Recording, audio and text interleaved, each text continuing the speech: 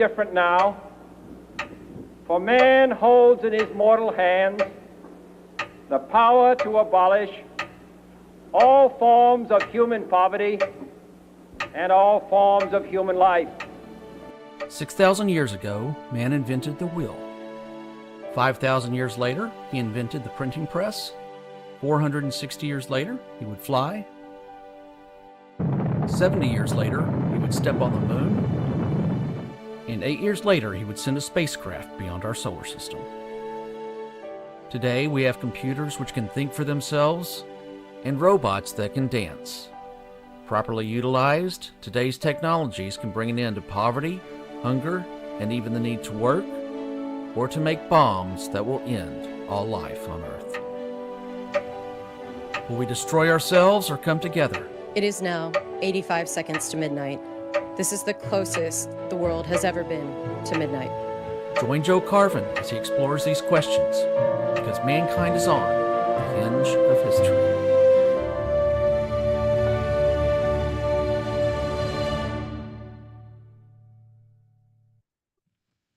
Hello, everybody, and welcome back to the Hinge of History. It's Brian Mistro here with Joe Carvin, and we're glad to see you back. We're going to talk about, I think, and continue our conversation that we had started earlier, Joe, about the negatives of AI and things that we need to be paying attention to. So today's going to be kind of an interesting show because traditionally you're extremely pro AI, but I think approaching this as well with a kind of eyes wide open, I think it makes a lot of sense. So I'll hand it over to you, Joe, and today's gonna be a fun episode.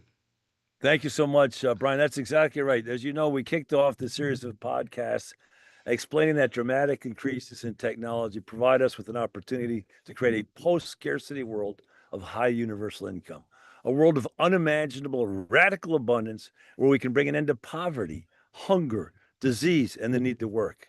We've explained that this world is technologically feasible, given the advances we now see in technology coming down the road with AI.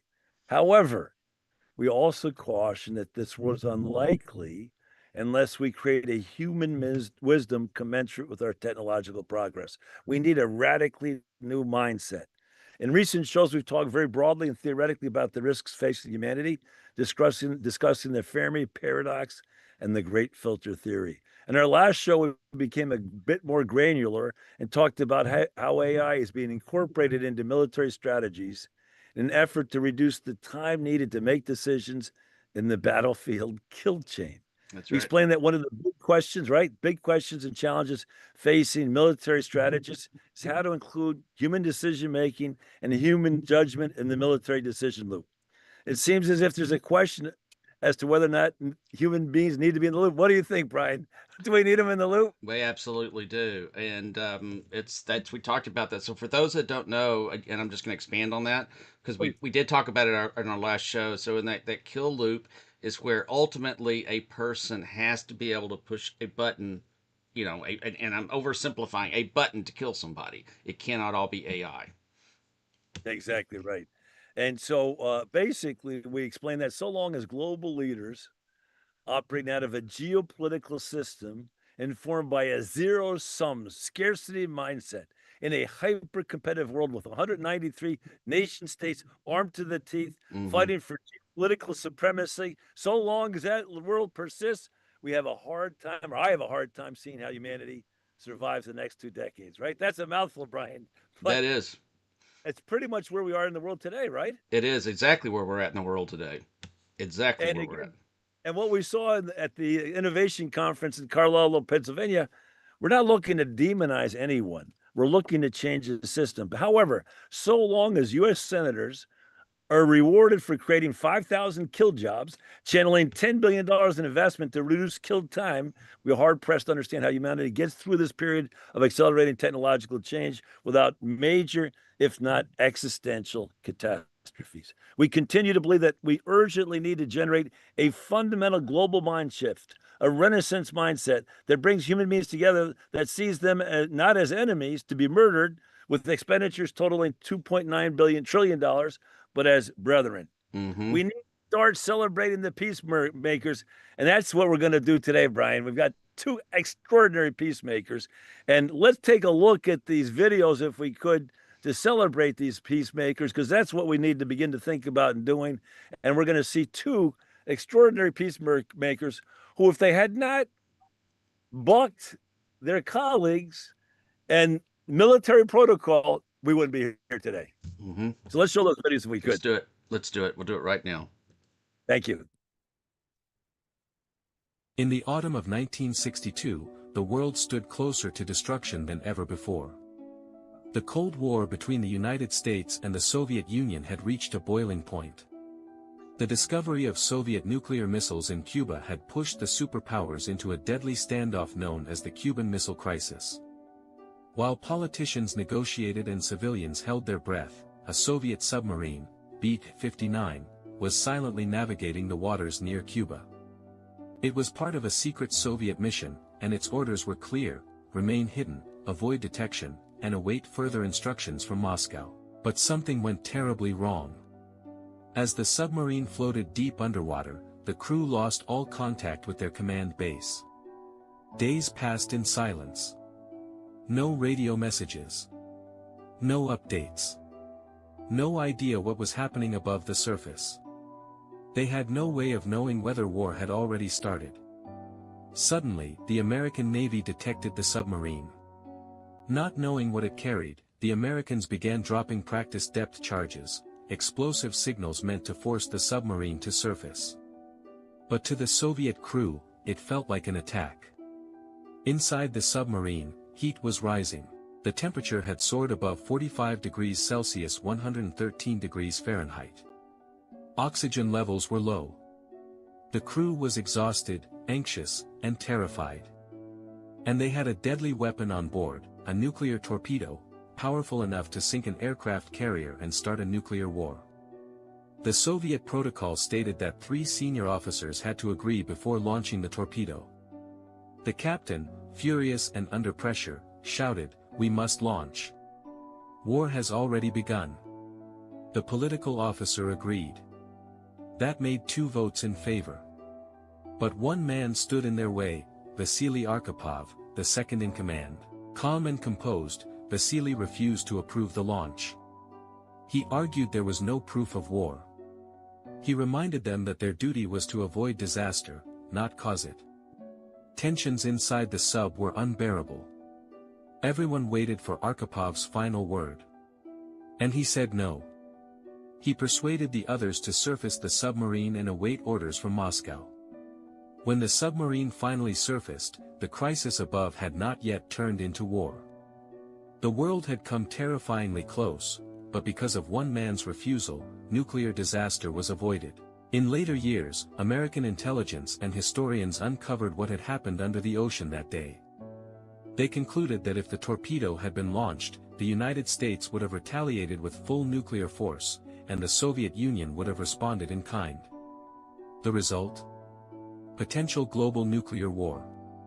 Tens of millions dead. Civilization changed forever. But it didn't happen, because Vasily Arkhipov had the courage to say no. He never saw himself as a hero.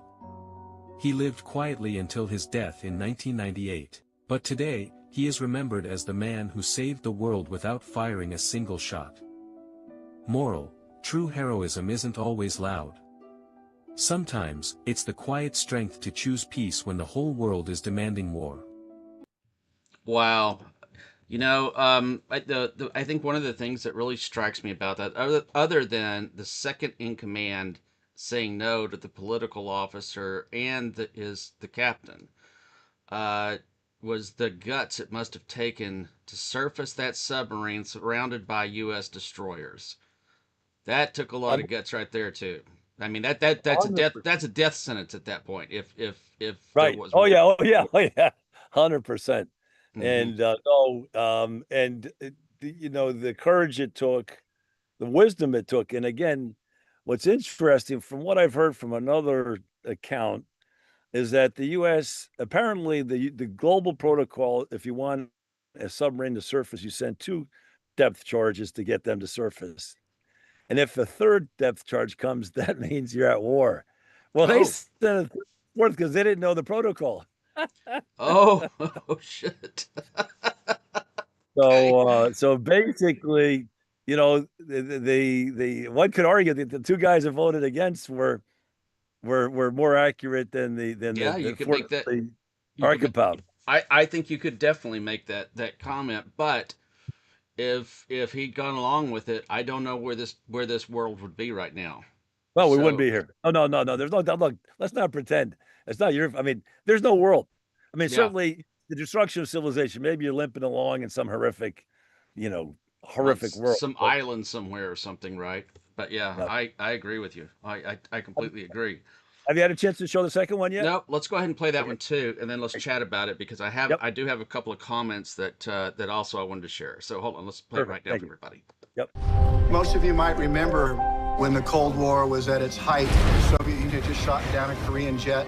We live in a world in which the great powers have poised and aimed at each other nuclear weapons that can in a matter of minutes arrive in each other's country and destroy virtually the civilized world we live in.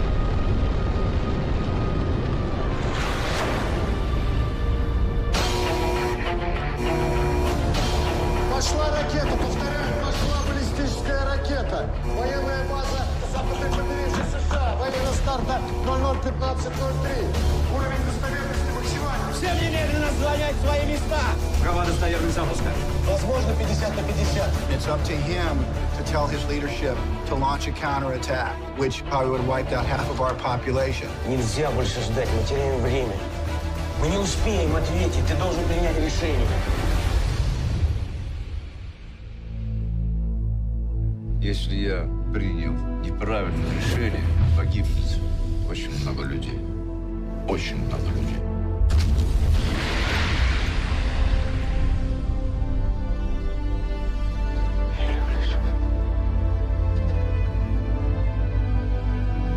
What a privilege to meet you, the man who saved the world. I'm not a hero. I was just in the right place at the right time.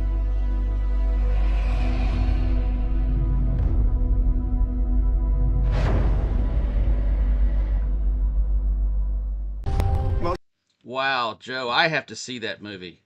I don't know if you've seen it, but wow. I have not. No. Yeah, so I want to say something, but before I do, I I kind of get your thoughts on what happened there and how close we came again to another world war that wipes everybody off the planet. Well, we got to watch the movie right, and it would to set the scene. Remember, you have Ronald Reagan declaring the Soviet Union as the evil empire, so huge tension.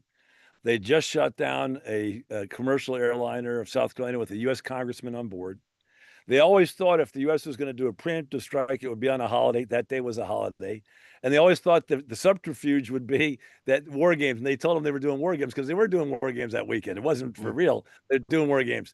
So this guy comes in Sunday on a holiday, knowing they're doing war games at this height of tension. How does he believe it's not real versus what real? And look, he made again, he had 8 minutes to make the decision. So he's supposed to call the military command. If he makes that phone call, it's game over. They have 8 minutes to decide to retaliate. 8 minutes. And that's the old days before the kill chain, the kill chain was reduced, right? Those are the old days. And ultimately, this guy, Stanislav Petrov, none of us would be here today.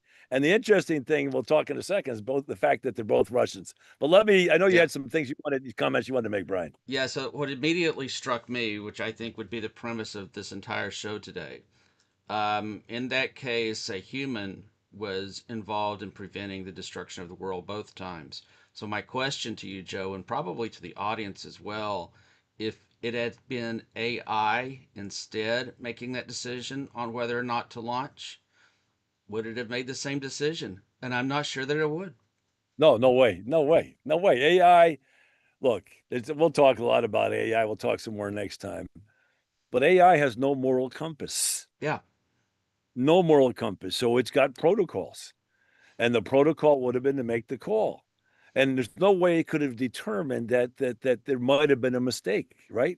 So ultimately, in the second case, AI would have made the call. And probably in the third case, again, if I'm right about the 3 depth charges, they go, no, there's a third depth charge, guys. I'm not going down. Mother Russia's not going down. And so, no, I don't believe if AI were in the loop. And the interesting thing, Brian, for me, this is my question for you. And one of the other reasons we showed this, look, I grew up in the Civil War, Cold War, as did you. Were Russians, so were Russians generally demonized, or they think, well, those people are real human beings that we love? Oh, definitely demonized. And I could actually share a short little Please, script of please. that too. So when the wall fell, my father-in-law was part of a band. It was a Christian band, and they got permission from the Russian government to go to Russia and do a number of shows through. I guess it was Mother Russia at that point. It wasn't the USSR. And it's interesting because all the demonization that you just talked about that we had for Russians, they were told the same thing about us. And yet, when the normal people got together, they said none of that stuff was true at all. And I think that may very well be the case in many, many other conflicts happening even right now on this planet. Oh, So, Brian, so look, so my life goal, I've created an organization called One World, United and Virtuous One World. And I've had the good fortune to live on 5 continents and learn 4 languages along the way. People are people. Even my dad had a great story. He was in Paris in the height of the Cold War, and sat next to a Russian couple, and they were best friends at the end of the meal. People are people. mhm, China, again, Chinese people. I've spent the last 36 days there last fall. My biggest challenge was to overcome the extraordinary hospitality I was given. People are people. We need to get people together and understand that we share a common fate on a crowded planet. That's the purpose of the show. mm, Our end goal is to generate this Renaissance, human connected mindset, and because I think it's the only way we survive. I agree. I agree. I agree. 1,000%. And that And should be so, another part of this goal of this show, not just AI, but what we have to do as a human oh yeah, no, species. no, Yeah, no, no, yeah, 100. But we're on the hinge of history, ladies and gentlemen. It's that's a right. cosmic choice. It's not U.S. is going to make the decision. We're all going to make this That's decision. right. That's right. In fact, Yes. the second part of the show I wanted to talk about today is the ChatGPT movement transformed our world in November 2022, and it was launched on an already divided and dangerous world. Oppenheimer and Einstein, as we see at the very beginning of the show, have been talking to us since 1947. They created a doomsday clock to help us understand how far we are to human extinction. Mm, And ultimately, it went as far away from midnight's human extinction, 17 minutes to midnight. By 2020, it was 100 seconds to midnight. And as anybody watches the beginning of our show, it's 85 seconds minute to now. Now, why was there such a dramatic deterioration? It was because of deterioration in our global nuclear profile, the addition of climate change as a civilizational risk, and the dramatic decline in international cooperation. So, really, the AI component, I think, is underestimated by the bulletin. It's only begun to kick in since mm. 2020. So, what we want to talk about now, we're throwing fuel on a fire. At 100 seconds to midnight, nobody talked about disruptive technologies. All right, the last 15 seconds, we can argue we've been there, but from 17 minutes to 100, from minutes to seconds, right? There Yeah. was no real AI. So ultimately, clearly AI is a double-edged sword. It's a powerful tool, like any tool that can be used for good or for bad. There are a whole host of risks that are obvious from AI if it's used for bad. Indeed, we explored the idea in our last show where we talked about how militaries across the world are using AI to make their kill chains more efficient. However, it's important to understand there's another level of existential risk that emanates from AI that's unique to AI, and I want to talk about that. Okay. Basically, we need to understand that we're creating a tool like any other, but this tool, as global thought leader Yuval Noah Harari makes clear in this video we're going to show now, is fundamentally different than the other tools. So if Mm. you play the next video, we'll understand why AI is fundamentally different than any other tool. Just do it. I'll do it right now. Thank you. The one thing everybody needs to know about AI is that it's the first technology in history that can make decisions by itself and can create new ideas by itself. It's often compared to previous technological breakthrough, like the printing press or the atom bomb. It's completely different. Printing presses could not decide what book to print. Atom bombs could not decide by themselves which cities to destroy. An atom bomb cannot invent a new and even more powerful weapon. But AI can do that. So we are bringing into our ecosystem, into our planet, a very powerful and alien type of intelligence that we don't know how to control, and this is extremely dangerous. You know, he makes a good point there. AI can create a weapon, you know, stronger than we have right now on its own, right? So I also kind of liked how he made that analogy to an alien technology, right? That's kind of an interesting choice of words. How did that strike you? 100%. We're creating a new digital species, a new species. We talk about tools and how you use them. That's important here.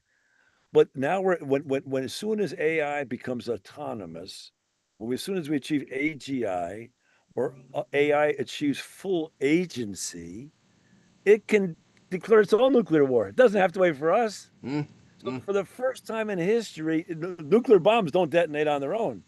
AI can create a nuclear war on its own once it achieves autonomy. And that's what we have to understand. And ultimately, you're also Elon Musk, we've seen in recent episodes, says by 2031, machine intelligence will exceed the whole of human intelligence. The whole of human intelligence. Well, as he says, do they need us around? They can get rid of us like that. It's like us. They're going to treat us in the same way we treat ants. Yeah. There's an inhale in the way. We're still creating that road. Yeah. So, yeah. so I know we're a little short on time. So I did just want to introduce this topic.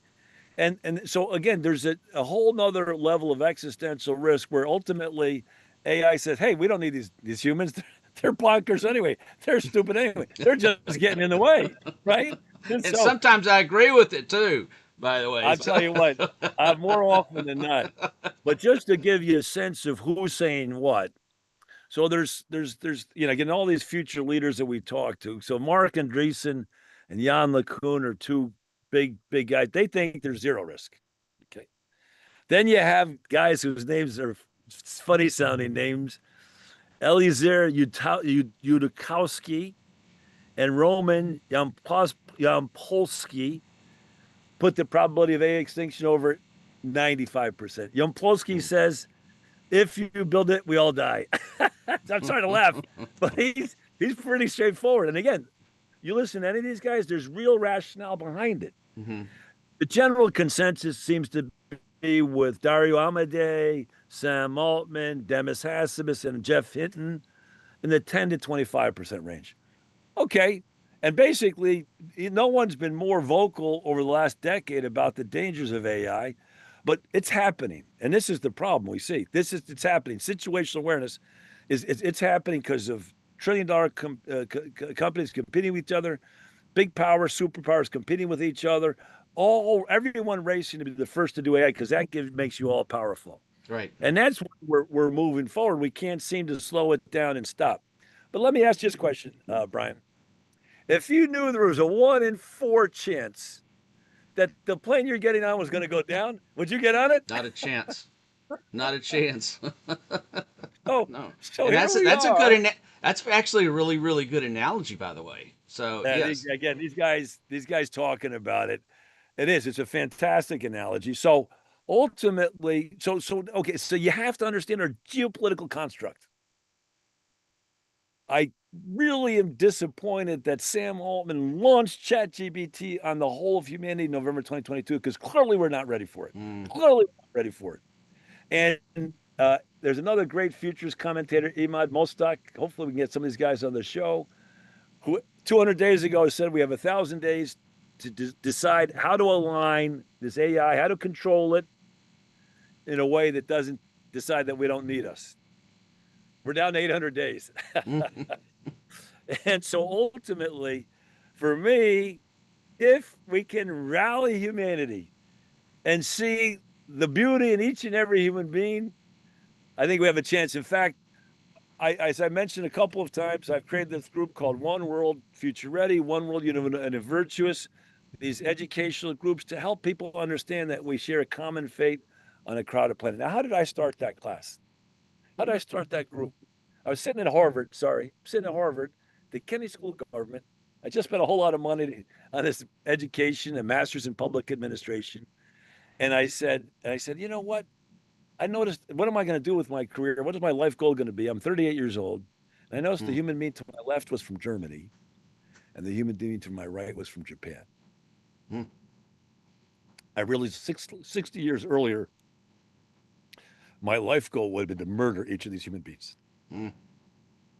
And I resolved then and there, if I ever got a chance or an opportunity to create that era of congeniality, consensus, where we respectfully disagree in the classroom that we had there at Harvard that day, with Germans, Americans, and Japanese all thinking and trying to work together. I said, if I ever get a chance to create that kind of an environment, I would do it. So I took a big bonus I had a few years ago, invested in One World. If you want to go online, oneworlduv.com, check it out.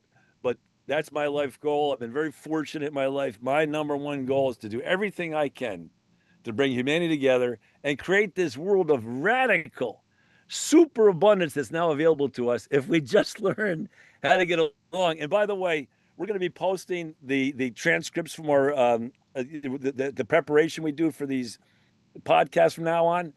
Go take a look at the full video. It's only 3 minutes from Yuval Harari, because he starts with human stupidity. And maybe we'll kick our next podcast off with that quote. Human stupidity. We can't finish that in one show or one day or one year. I'm convinced. So, well, you make a good point too. That on our show, the Hinge of History, which is focused on AI and similar.